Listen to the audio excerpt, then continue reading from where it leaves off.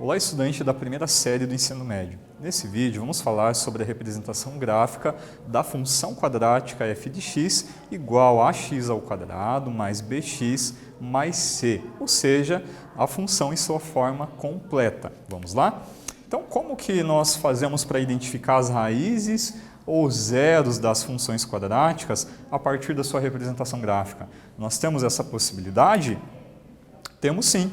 A representação gráfica de uma função quadrática, f de x igual a x quadrado mais bx mais c, é uma curva, que nós sabemos que é denominada parábola. Mas como que eu descubro as raízes ou zeros da função? A ideia é eu raciocinar um pouquinho e pensar o seguinte: a raiz ou zero de uma função é aquele valor de x que vai fazer com que o valor do y seja zero. E se eu pensar em relacionar isso ao gráfico, eu consigo entender que então esse ponto vai ser exatamente onde a parábola corta o eixo x, porque é ali que o valor do y é zero, O valor não sobe e não desce, ele permanece sobreposto ao eixo x.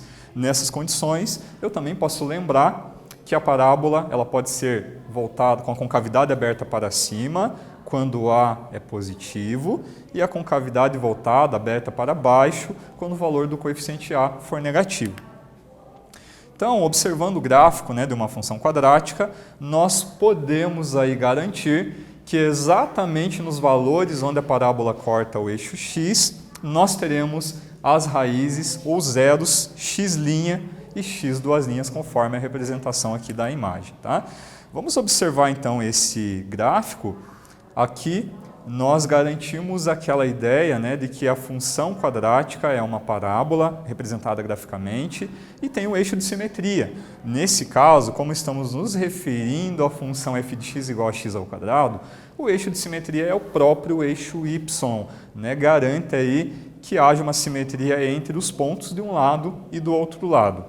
Observando aqui, essa parábola ela não corta o eixo x, mas ela encosta, ela tem um ponto em comum. E esse ponto em comum é o ponto 0 no x e 0 no y, nada mais do que a origem do plano cartesiano. Aqui nós temos a ideia do eixo de simetria, que faz com que a distância do x' até o eixo, o x duas linhas até o eixo, a distância das raízes, é exatamente a mesma. Entretanto, o que nós saberemos aqui em relação ao vértice? Que o vértice V de uma parábola é representado pelo ponto de interseção do eixo de simetria com a própria parábola. Isso significa o quê? Que o vértice da parábola nada mais é do que a média aritmética das duas raízes. Ou seja, eu vou somar x1 com x2 e dividir por 2. E uma vez que eu conheço o valor do x do vértice, eu consigo substituir esse valor na função e rapidamente determinar o y do vértice. Lembre que o vértice está relacionado ao ponto de máximo ou ponto de mínimo na função. Se o A é positivo, a parábola aberta para cima, eu terei um ponto de mínimo.